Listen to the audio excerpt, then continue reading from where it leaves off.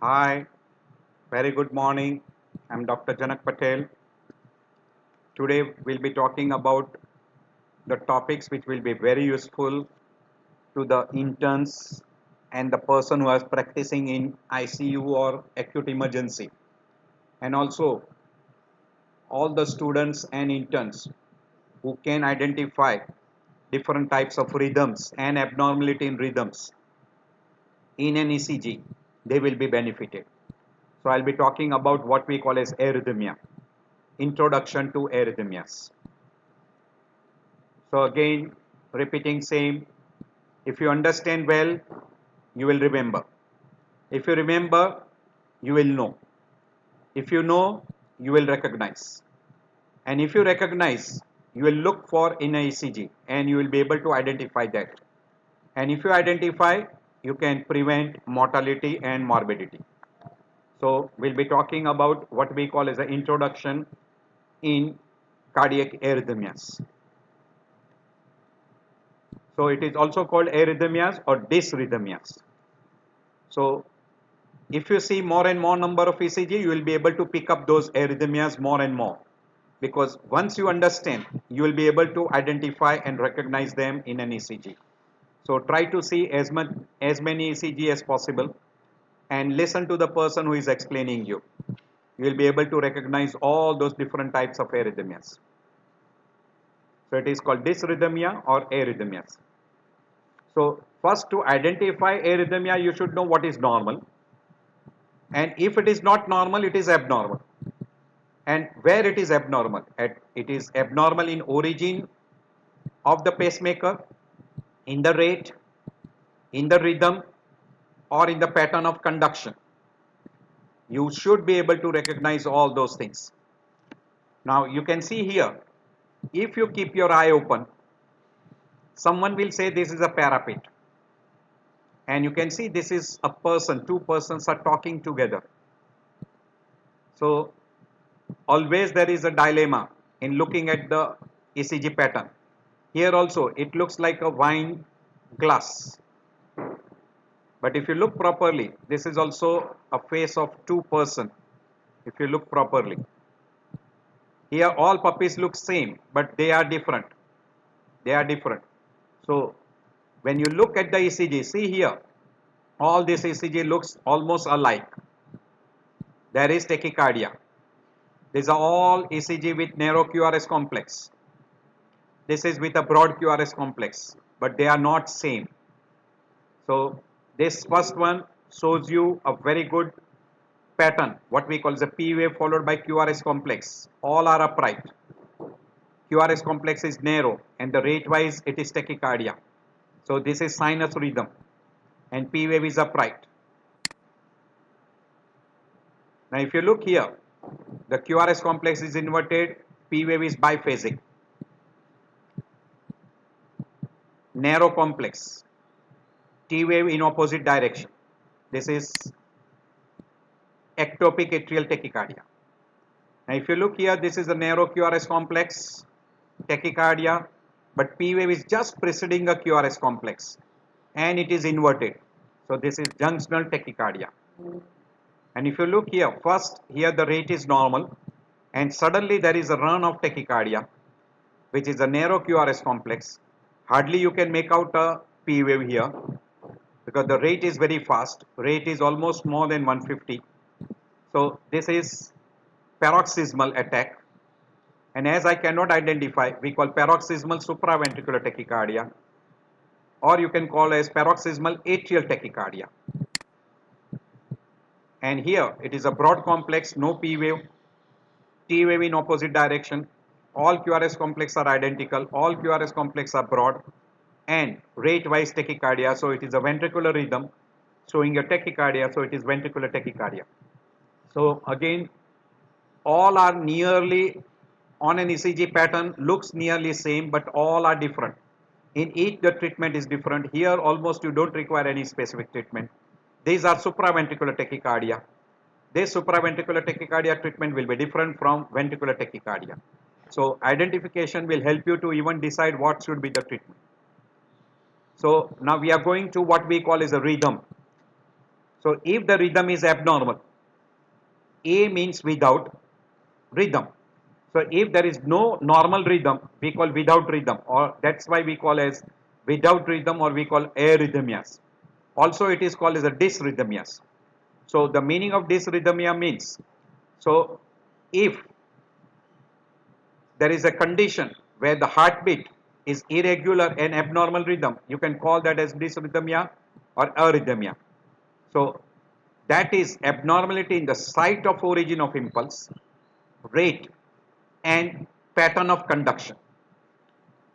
So narrow QRS complex are by and large supraventricular. There are very rare groups which will be a narrow QRS complex ventricular tachycardia, and opposite of that, broad QRS complex are usually ventricular tachycardia, but there are good number of conditions which can be supraventricular tachycardia with aberrancy.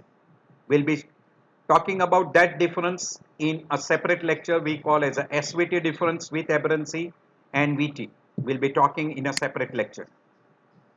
So again, narrow complex are by and large supraventricular, broad complex are usually ventricular, taken for granted. So there can be abnormality in origin. Normal is always sinus.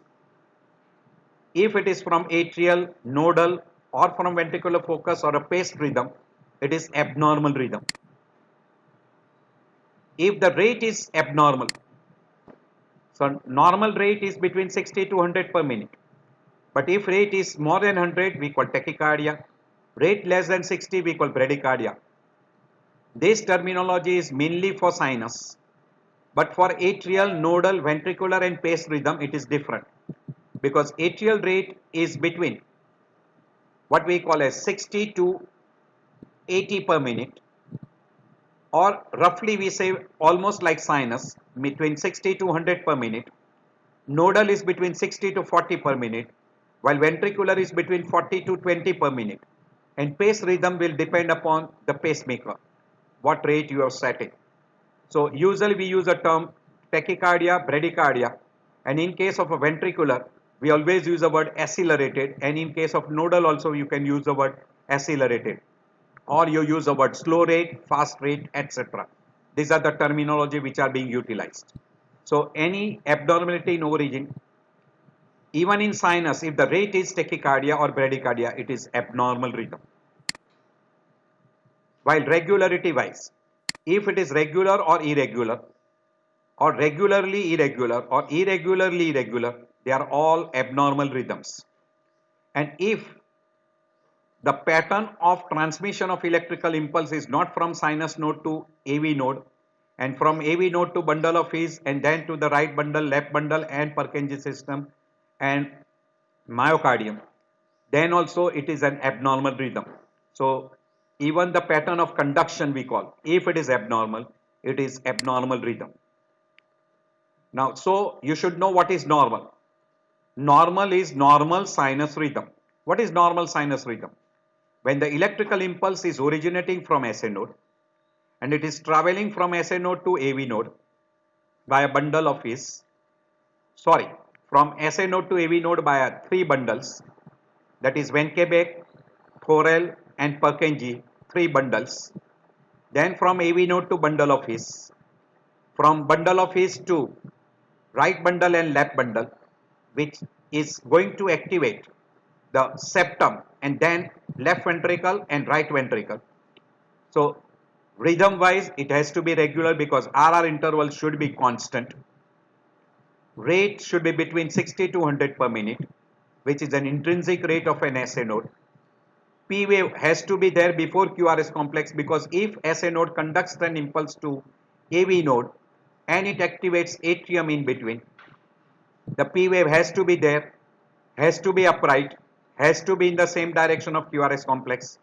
Only in AVR it will be inverted. All QRS complex T wave will be inverted. And QRS complex has to be narrow, because if it is transmitted from AV node to bundle of His and then to the right bundle, left bundle and ventricles, the QRS complex will be narrow, means between 0.4 to 0.1 second. PR interval will be constant if there is nothing is happening at the level of the AV node or bundle of His. So PR interval should be normal and constant, and QT interval should be also normal. When all these criteria are fulfilled, we call that as normal sinus rhythm. Again repeating, if it is originating from SA node, RR interval is regular, rate is regular between 60 to 100 per minute, P wave is present before each QRS complex, QRS complex is narrow, PR interval is normal and constant, and QT interval is normal, we'll call that as a normal sinus rhythm. If any one of this is disturbed, we'll call that as abnormal rhythm. So abnormal rhythm can be because of location, site or origin, which is abnormal, or conduction sequence is abnormal, means from SA node it does not go to AV node, or it starts from AV node and then it passes, or it starts from SA node and bypasses the AV node,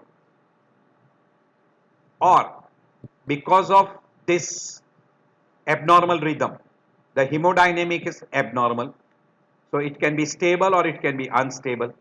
It can be classified according to the onset, sudden, slow or paroxysmal. Usually paroxysmal means in between the two episodes the person is absolutely normal. While here the onset by sudden means abrupt onset, or gradually there is a change in the rhythm, and rate as well as irregularity sets in. If the rate is faster, we call tachycardia. If rate is slow, we call bradycardia. And if it is more than what is intrinsic rate, we call accelerated. But it is less than tachycardia, we call that as accelerated rhythm. It is regular or irregular. It is with a narrow QRS complex or a broad QRS complex. Depending upon that, we label all the different classification terminology. So if it is starting from ventricle, we call ventricular arrhythmia. And if it is from SA node, atrium or junction, we call as a supraventricular arrhythmias. If the rate is more than 100, we call tachycardia. If rate is less than 60, we call as a bradycardia.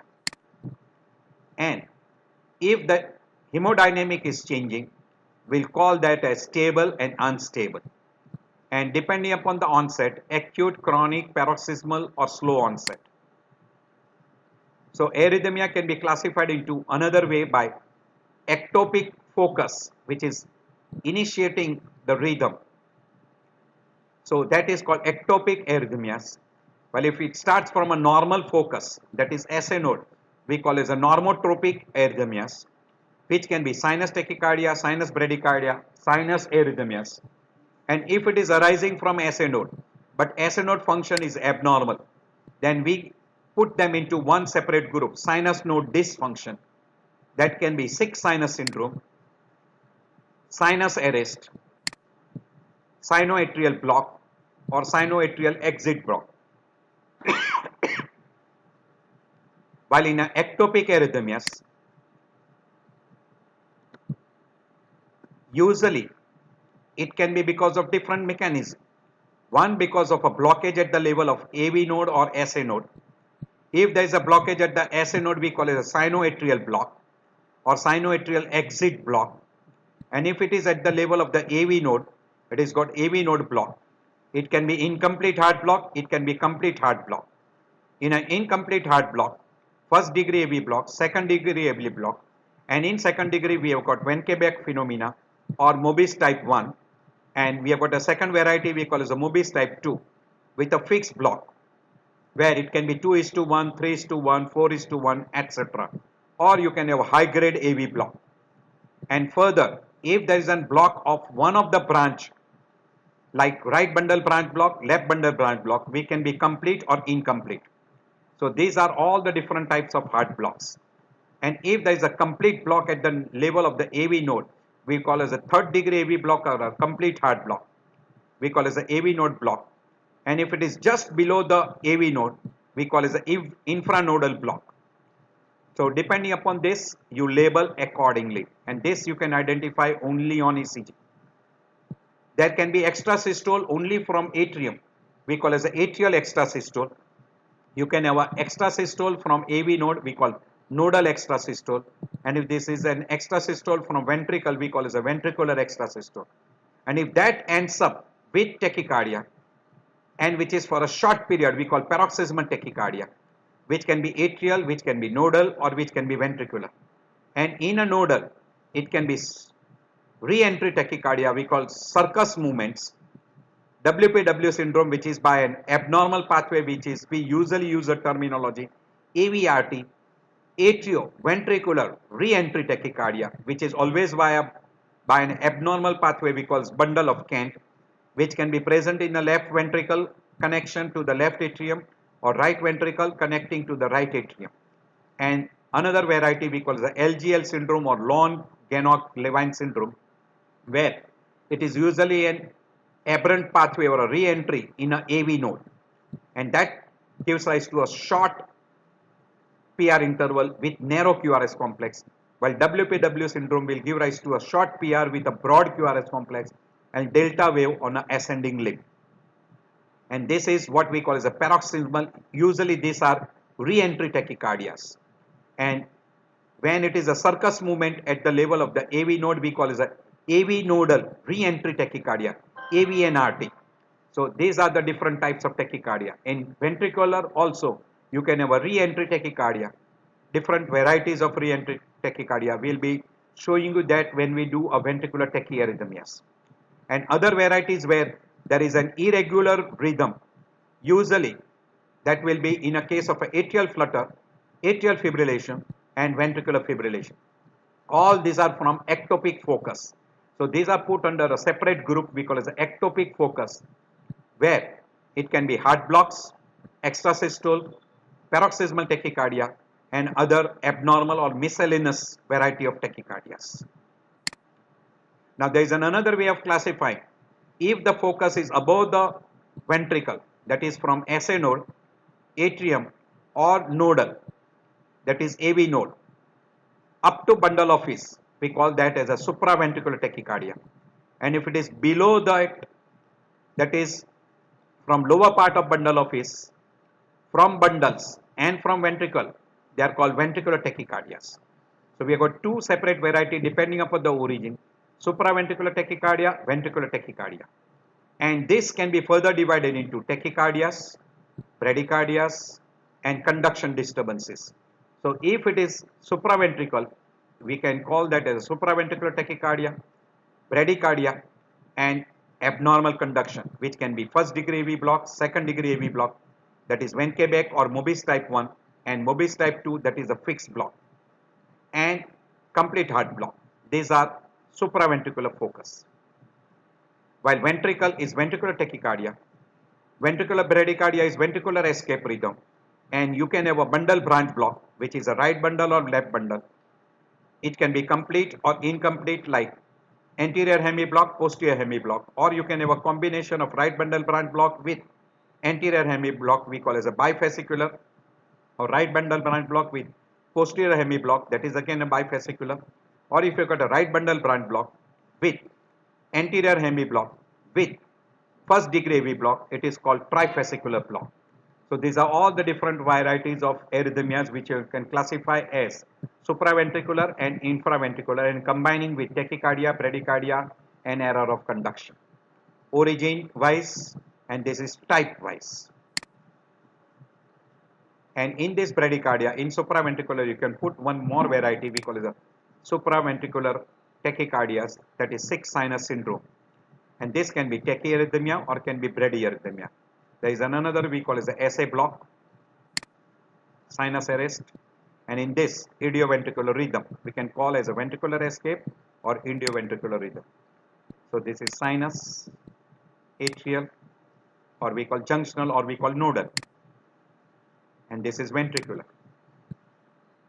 This is maybe with pulse, maybe pulseless. Pulseless are usually hemodynamically unstable and they are dangerous, should be treated as emergency.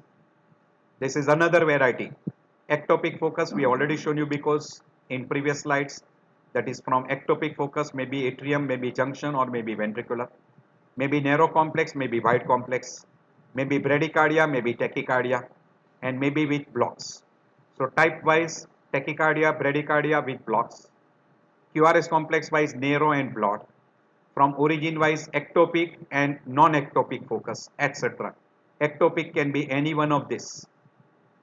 So these are all the different varieties, and when you combine together, Tachycardia with ventricular focus, ventricular arrhythmias. Tachycardia with atrial focus, these are all atrial tachyarrhythmias. You can have a pause of this slide and go through all those different terminology. Here, this is bradyarrhythmias.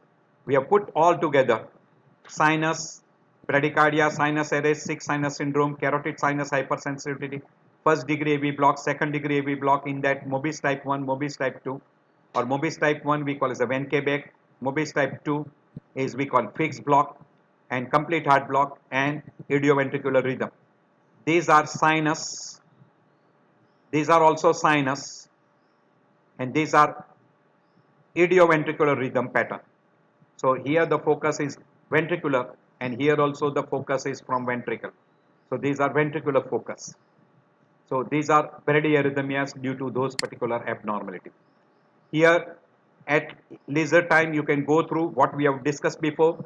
This is classified into three abnormalities: bradyarrhythmia, tachyarrhythmias, abnormality in conduction, and abnormality in automaticity. So this is a little complicated. I'm not going into detail. This is because of abnormal conduction. This is because of abnormal automaticity, which produces bradycardia, conduction producing bradycardia, producing tachycardia, and this producing tachyarrhythmias. So combination of that in a table form. This is tachycardia, which is regular and narrow, tachycardia which is regular and wide, tachycardia which is irregular and narrow, tachycardia which is irregular and wide complex. We have got in a table form. You can go at a leisure time. We'll be discussing all that separately. Again, this is bradycardia with regularity and narrow or broad. So three things are combined together: brady, regular, irregular, narrow or broad, in a table form. Now if we go through the etiology, one of the etiology is genetic, where there are some types of genetic disorders which can trigger off tachycardias because of re-entry phenomena like LGL and WPW syndrome. This will be usually AVRT. So atrioventricular re-entry tachycardias is very common in WPW and LGL syndromes. And good number of time in LGL it is AV nodal re-entry tachycardias. While here in long QT and ARVD, because of some abnormality, it triggers off ventricular tachycardias and ventricular fibrillations. There are genetic abnormalities like cardiomyopathy, which can be hypertrophic cardiomyopathy or dilated cardiomyopathy, which can very commonly results into ventricular premature beats, VTVF. Those are quite common. And we have got an acquired groups. In acquired group, the most common cause is acute MI or chronic damage because of acute MI. That we call ischemic heart disease or chronic ischemic heart disease, or we call SCAR because of ischemic heart disease. And it ends up with cardiomyopathy. By and large, it ends up with the ischemic cardiomyopathy, which is a dilated variety. Or because of potassium imbalance, hypo or hyperkalemia, hypo or hypercalcemia, and very frequently hypomagnesemia, or inflammation of myocardium like myocarditis, or drugs, A for amiodarone and adenosine, B for beta blockers, C for calcium channel blockers, which can be of two varieties, we call diltiazem and verapamil, which usually will give rise to bradycardia, while CCB, which is amlodipine, which will give rise to tachyarrhythmias. And there are other groups which can also give rise to abnormality in tachyarrhythmias and bradyarrhythmias. So do look for these groups. Even hypothyroidism and hyperthyroidism can also be an acquired group which can result into hypo will produce usually brady and hyper will usually produce tachyarrhythmias. And in hypo mainly it is sinus bradycardia, while in case of an hyperthyroidism it can be atrial flutter, atrial fibrillation, sinus tachycardia, and sometimes it can end up with a dangerous tachyarrhythmias. If there is a dilated atrium, because of valvular heart disease like mitral stenosis, mitral regurgitation, or tricuspid stenosis, tricuspid regurgitation, pulmonary stenosis, pulmonary hypertension. This dilated atrium can give rise to atrial flutter fibrillation and can produce complications. There is one another variety in a genetic we call as a Brugada syndrome. This Brugada syndrome can end up with VTVF. Now this tachyarrhythmias can be sustained, can be non-sustained. And usually non-sustained we call paroxysmal if it comes in recurrent episodes. Another way we classify is acute, which can be LGL, WP, long QT, ARVD, or we call DRVS, acute myocardial infarction. This is an acquired group, and ischemic heart disease. While ischemic myocarditis can be acute, potassium imbalance can be acute, calcium imbalance can be acute, magnesium imbalance is usually chronic. In chronic, it can be chronic congenital cardiomyopathy or ischemic heart disease induced cardiomyopathy. Potassium imbalance can be chronic, can be calcium can be also chronic, magnesium can be also chronic. Drugs, usually they are slow onset, so ABCD can produce chronic. Sometimes overdose and large dose given in a short period can be acute. Hypo and hypothyroidism are usually chronic in etiology. Dilated atrium is usually chronic. Anxiety and stress can produce an acute cardiac arrhythmia, and one of the variety we call is a catecholamine induced polymorphic VT can be acute example of an acute stress induced tachyarrhythmias. Now before you understand, you must know how the impulse is transmitted. We have already done before that impulse arises from SA node. It goes to AV node via three bundle, that is Wenckebach, Thorel and Purkinje. And then once it activates the AV node, from AV node it will go to bundle of His. From bundle of His to right bundle and left bundle. Left ventricle is activated first, then right ventricle is activated. There is a little difference between the activation of left ventricle and right ventricle. So left ventricle, left bundle will activate first left ventricle and then it will activate the right ventricle. Usually the intrinsic rate of a sinus node is 60 to 100 per minute. So usually this will give rise to impulse between 60 to 100 per minute, and it will range from 60 to 100. While atrial rate is little less than sinus node but close to that. While AV node is between 60 to 40 per minute, while ventricle is between 40 to 20 per minute. And you know very well, whenever there is a systole is because of depolarization, there is a contraction of the myocardium, and diastole is because of repolarization, there is a relaxation of myocardium which gives rise to the recovery phase, and there is relaxation period we call diastole, so there is a filling of the ventricle. While here there is a contraction or we call systole, so it gives rise to ejection, and that is we call as a stroke volume or stroke output. This is what happens. This is electrical change, depolarization, repolarization, that is activation and recovery, while this is contraction and relaxation, systole and diastole. Now pathogenesis of arrhythmias. What is the pathogenesis of arrhythmia? It is electrical impulse, either formation is abnormal, that is site is abnormal, rate is abnormal, regularity is abnormal, or onset is abnormal, or everything is good but the conduction is abnormal. From SA node it is not conducted properly to atrium, from atrium it is not conducted to AV junction, or from AV junction it is not conducted to ventricle via the bundles.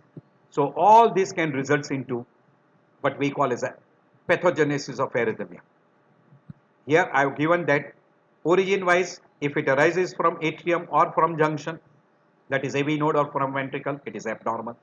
If the rate is fast or slow, if it is irregular, regularly irregular or irregularly irregular, and if its onset is slow, passive, escape, or it is an active, or from sinus node it doesn't arises, we call SA block. From atrium it starts, we call as a atrial blocks.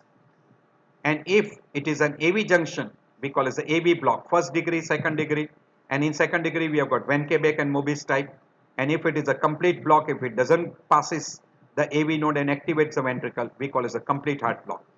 And when it is in the ventricle, whether it activates only right bundle and then it activates left ventricle, so it is called left bundle branch block. And if it activates left bundle and activates the left ventricle first, then we call as a right bundle branch block. But if one of the bundle in the left bundle is blocked, then transmission will be through the second bundle to activate the left ventricle. These are all the different types of arrhythmias. So formation can be abnormal, conduction can be abnormal. Now we'll be doing the another type of a pathophysiology we call as a impulse formation and impulse conduction.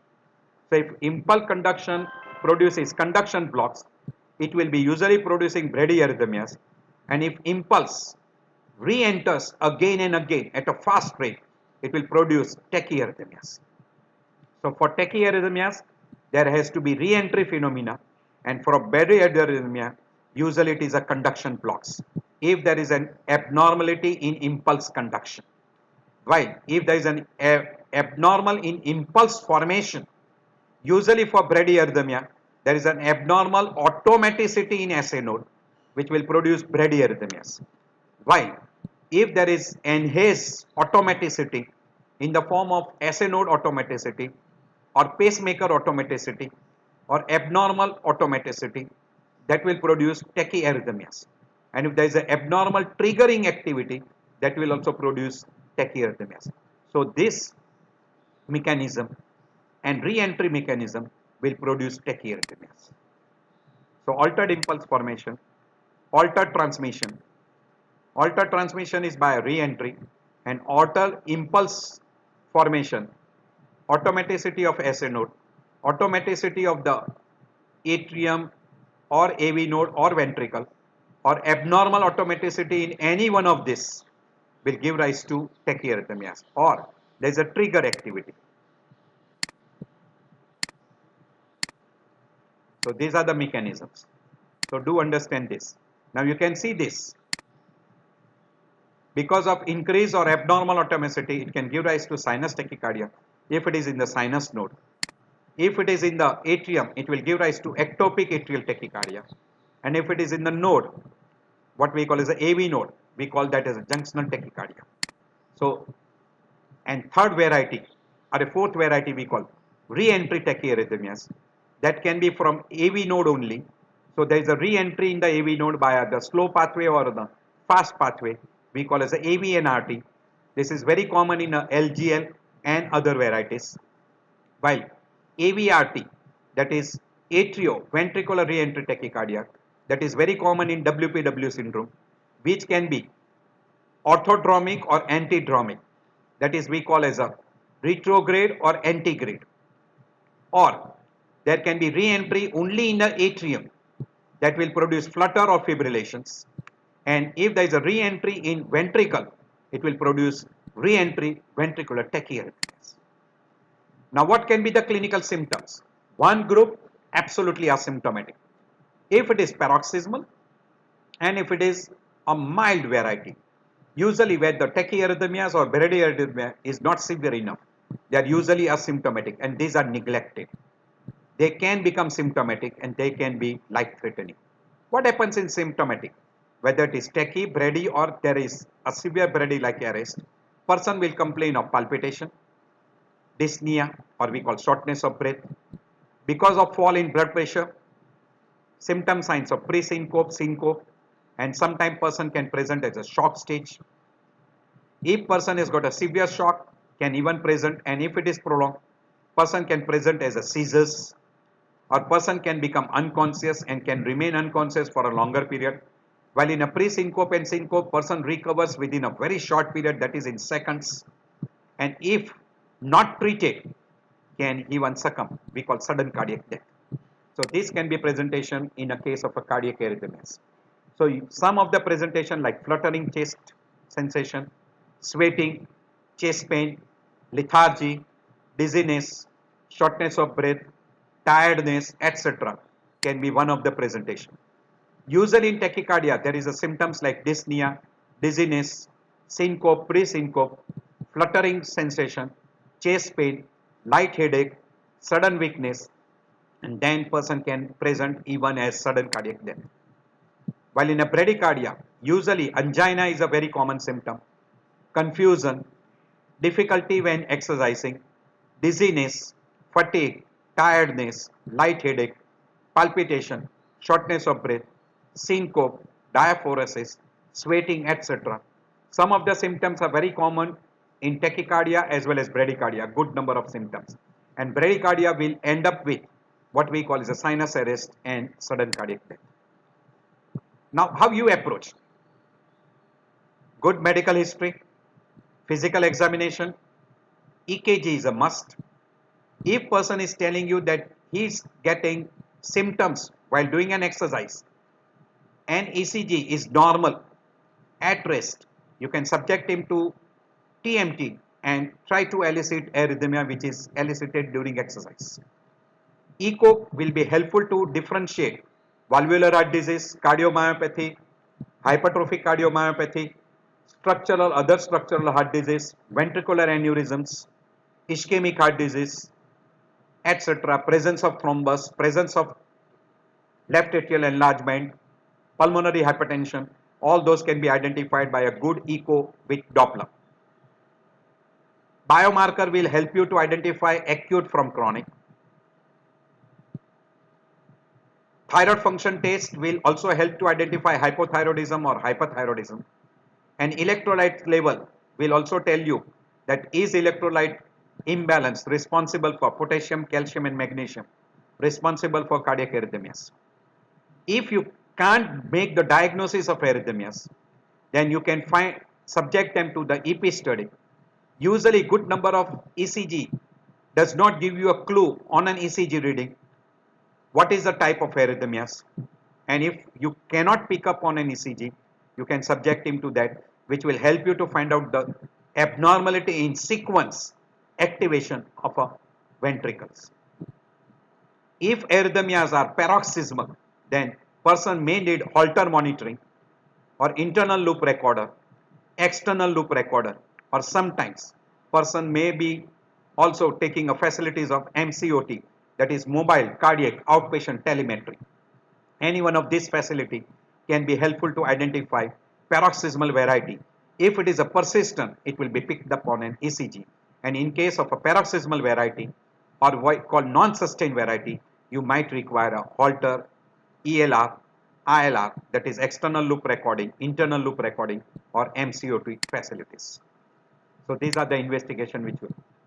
In a history, age will help you, symptoms, recurrent or not, what is the precipitating factor, mode of onset, mode of termination, drugs which helps or drugs which stimulates, family history, and history of structural heart disease, etc.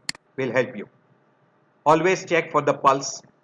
If there is no pulse, no blood pressure, and person is unconscious, start with CPR and then try to identify what type of rhythm disturbances it is. It is shockable or it is not shockable. If the person is having a VTVF, they are shockable, give them a cardioversion, or we call it a defibrillation or DC conversion, and that should be the way. Don't go for this, because time is money. Money is not time. Always have that particular. I have already shown you this before. So this is sinus tachycardia. You should identify ectopic atrial. You don't require emergency. Junctional also don't require emergency. Paroxysmal atrial tachycardia is not also emergency. In all this, you can wait and watch, and you can investigate properly and then decide the treatment. While in a ventricular tachycardia, and if it is unstable, you will require an emergency treatment. And if it is stable, you can wait for a while if you pick up this. But if these are paroxysmal, say like this, you will have to go for either Holter monitoring, external loop, internal loop, or MCOT. What you do in an ECG reading? There's a lot of things which you are supposed to do. Look for regularity, RR interval and PP interval, rate, normal, Brady or Tachy, QRS complex narrow or wide, P wave present, absent or abnormal, and if it is present, it is before QRS complex, it is just before QRS complex, or it is after QRS complex. And what is the morphology? What is the abnormality? Try to have a look at the P wave. If P wave is absent, atrial fibrillation, one common condition, and another is ventricular complexes, like ventricular premature beat, ventricular tachycardia, ventricular fibrillation. Do look at that. PR interval, it is constant or not constant. If it is not constant, first degree AV block, second degree AV block, and complete heart block. And if it is prolonged, that is we call abnormal, whether it is short or long. Short in case of WPW and LGF. Prolonged in case of a first degree, second degree AV block. And is P wave related to QRS complex? You should look for that P wave relation. You look for QT interval, short or long. This will give rise to abnormal rhythm like ventricular tachycardia, ventricular fibrillation, and torsades de pointes. And T wave, tall, broad, asymmetrical in favor of ischemic heart disease. Tentate in favor of ischemic heart disease. And ST segment elevation or depressed with T wave changes in favor of ischemic heart disease. Sustain or not sustain. Non-sustain, you can have a time for further recording and investigation. In a sustained variety, an unstable emergency. And always look for miscellaneous condition like digitalis toxicity. All this ideally should be looked for in a case of a reading for arrhythmias when you read an ECG. These are different steps which are described by different person. Look for QRS complex duration, that is broad or narrow. Regular, irregular, look for presence of P wave, P wave morphology, P wave relation to QRS complex, AV block is present or not, is QRA alteration is there or not, how it terminates and how it initiates the tachycardia. What is the effect of bundle branch block on tachycardia cycle length? All this you should. But basically if you go this standard way, this is a very easy way and you must observe this way. We call 6 question way. So first question is rate. It is tachy, Brady or normal. Second question, it is regular, irregular. If it is irregular, regularly or irregularly. If it is irregularly irregular, atrial flutter fibrillation. In flutter, variable block, and in case of fibrillation, irregularly irregular. So try to look at that. As far as the AV block is concerned, first degree AV block is regular and Mobis type 2 is regular, while Mobis type 1, Venkebeck, that is we call second degree AV block, that is regularly irregular. Look at the P wave and look, it is present or not. And if it is present, morphology is normal or abnormal. Look at this. QRS complex is wide or narrow. And relation of P wave to QRS complex. And if the P wave is related to QRS complex, what is the PR interval? Normal, short, broad, or changing. And then look when you treat or spontaneous, how that is an onset, sudden or gradual, and how it terminates. In whether tachycardia, it is more useful in case of a tachycardia rather than bradycardia. But there are additional clues which can be taken apart from this 6 question. That is whether this arrhythmia started with an atrial focus, that is P wave, or it started with a QRS complex, which was ventricular focus, broad QRS complex. So that will be ventricular arrhythmia. And if there was a P wave, can be supraventricular tachyarrhythmias. What is the effect of vagal stimulation? If vagal stimulation is having an effect, usually supraventricular tachycardias. Why?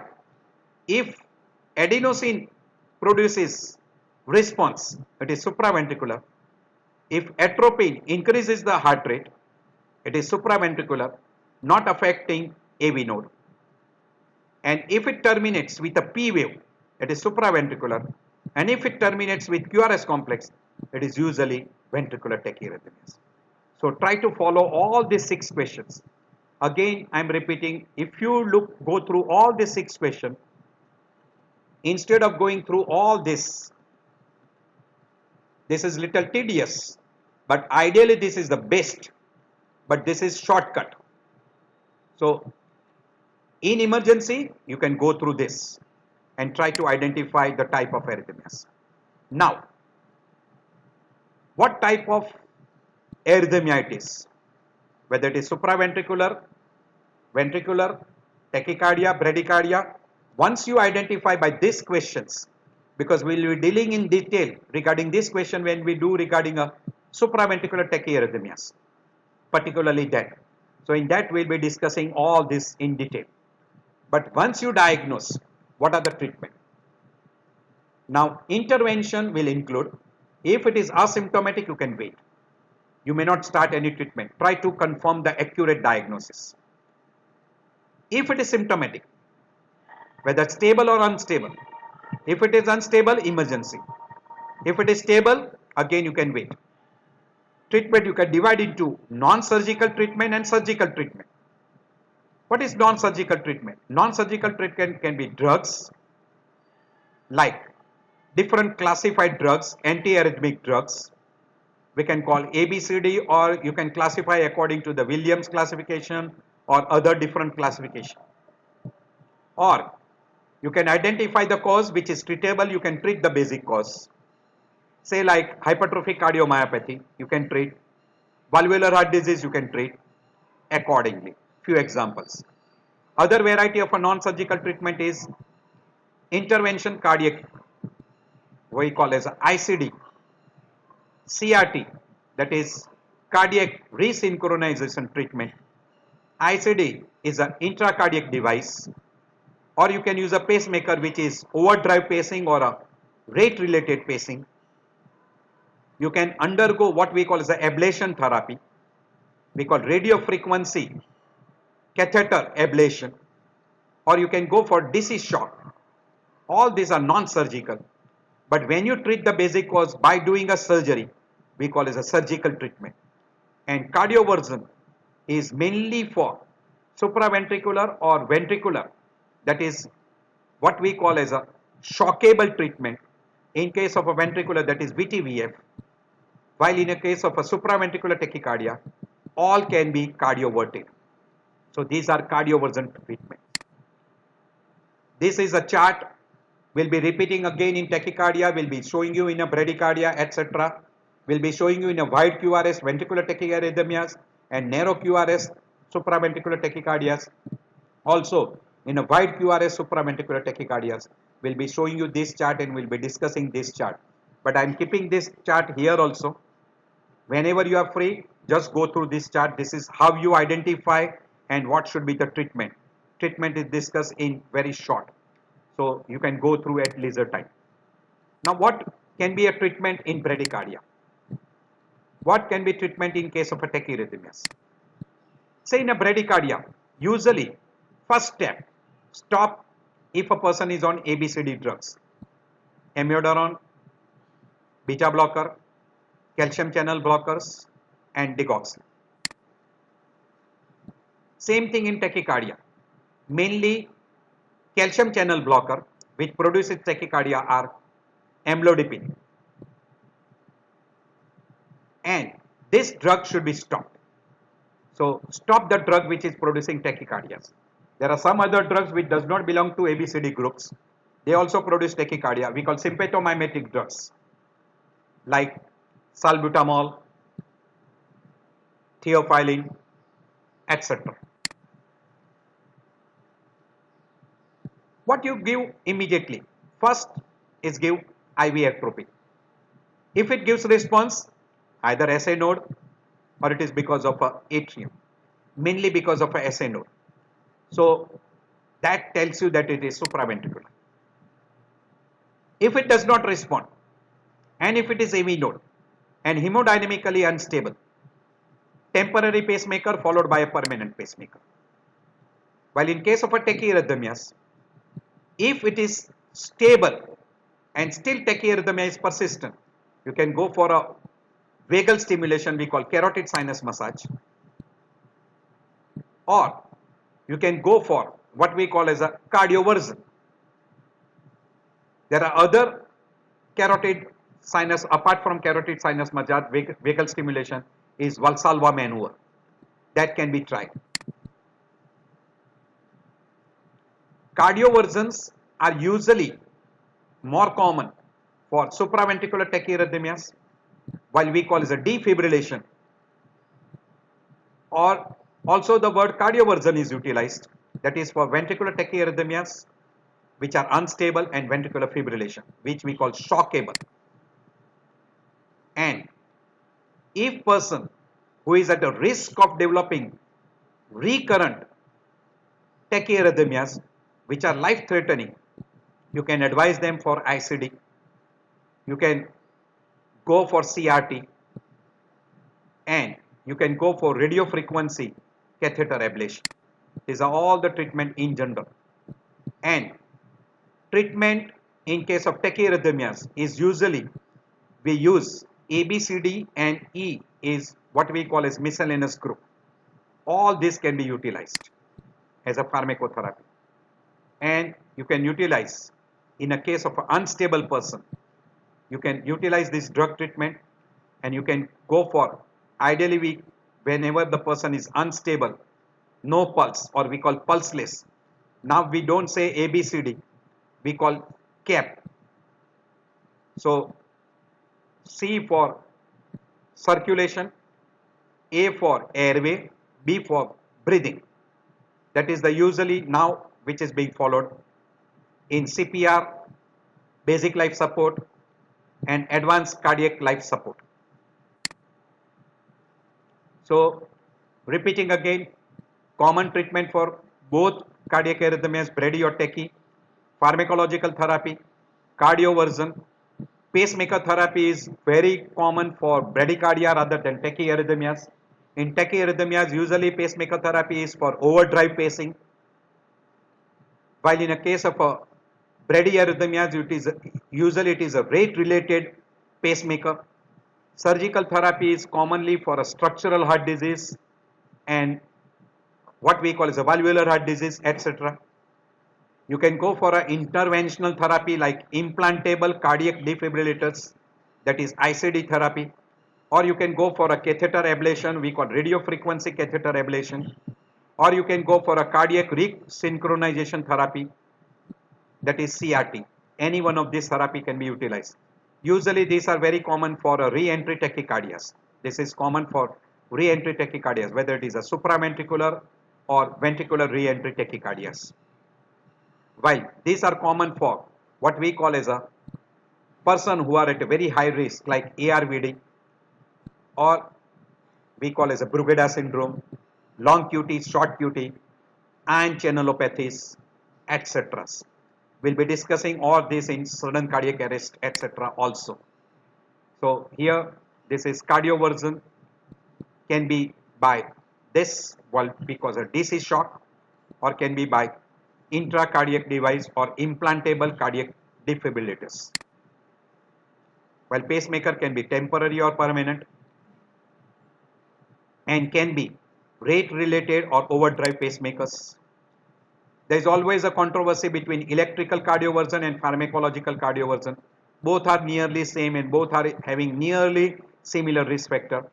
Whichever is available, you should utilize first. If pharmacological therapy does not produce reversal, electrical is a must. By and large, electrical is little better than pharmacological in certain conditions. Non-drug therapy, or we call as a non-surgical therapy, is a cardioversion, radio frequency ablation and artificial cardiac pacing. ABCD approach, usually commonly which was approached before, nowadays this is changed to what we call as a CAP. There are certain drugs which are utilized for supraventricular. In case of a slow rhythm, atropine is utilized. If there is a fast rhythm, we call as a beta blocker, calcium channel blocker, digoxin and amiodarone, ABCD. And if it is too fast, below the AV node, ventricle, always it is, we call LEP, We call lidocaine, amiodarone and procainamide. The first drug of choice is lidocaine followed by amiodarone and last drug of choice is procainamide. While here, usually in a bradycardia, atropine is a drug of choice. While in case of a tachycardia, beta blocker, calcium channel blocker, digoxin and amiodarone is a drug of choice. So this is called ABCDA, while here it is called LEP. This is the common pharmacological therapy which is used. This is a diagram showing you a cardioversion. This is a photograph showing you a radio frequency ablation. You break that circle of re-entry and person will be cured.